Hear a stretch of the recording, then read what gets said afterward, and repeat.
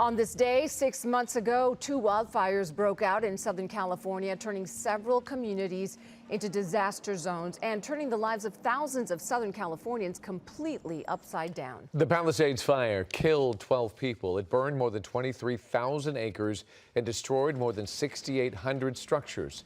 18 people died in the Eaton fire.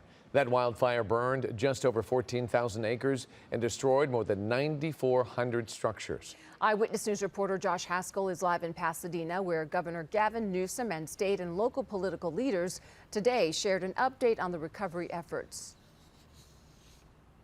Yeah, David and Giovanna, this was all about taking inventory of the last 6 months and plotting ahead to the next 6 months and beyond. Governor Newsom saying that this is the fastest disaster recovery in terms of debris removal in modern history. Now, this event in Pasadena taking place just a few miles from the Eden fire burn zone. Elected officials said how their coordination efforts have worked and thanked the community for their trust.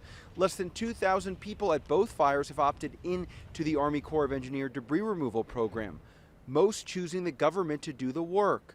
At this point, 96% of lots are cleared. The Eden fire destroyed nearly 7,000 homes and commercial buildings in Altadena.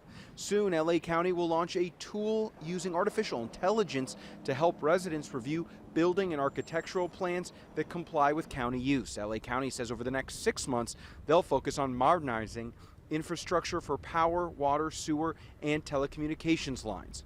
There will also be a push to accelerate permitting. It's about getting the grocery stores up, so you got something to come back to. It's getting those cafe and coffee stores back up. It's about getting those child care facilities and making sure the healthcare facilities are secure. We're focused on parks. We're focused on playgrounds, sense of community, neighborhoods. And I think perhaps that's the most vexing and challenging thing. I've talked to people that are rebuilding that did get their permits.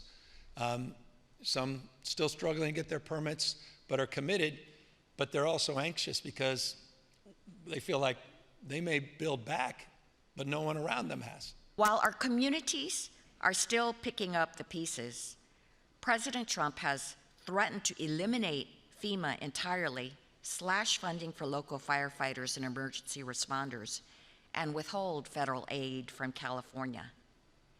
And this is why I have to say, right this minute, wildfires have no political affiliation. Disaster recovery should never be used as leverage, whether the disaster is in California, North Carolina, or Texas. Now, the Palisades fire, which burned more than 23,000 acres and destroyed nearly 7,000 structures, killing 12 people. Half a year later, progress is being made. The disaster zone, which is most of Pacific Palisades, has transitioned into a construction site. Some businesses like the Palisades Garden Cafe have reopened and are bringing back a sense of normalcy. Locals are confident that the Palisades will get back to the way it was before, but that it's going to take time. And Senator Alex Padilla and Governor Newsom saying today that the California National Guard, they are going to be needed for the next fire that comes. They called on President Trump to release them from that federal assignment here in Los Angeles and get them back to the work of brush clearance and preparing for that next fire. In Pasadena, Josh Haskell, ABC 7 Eyewitness News. Yeah.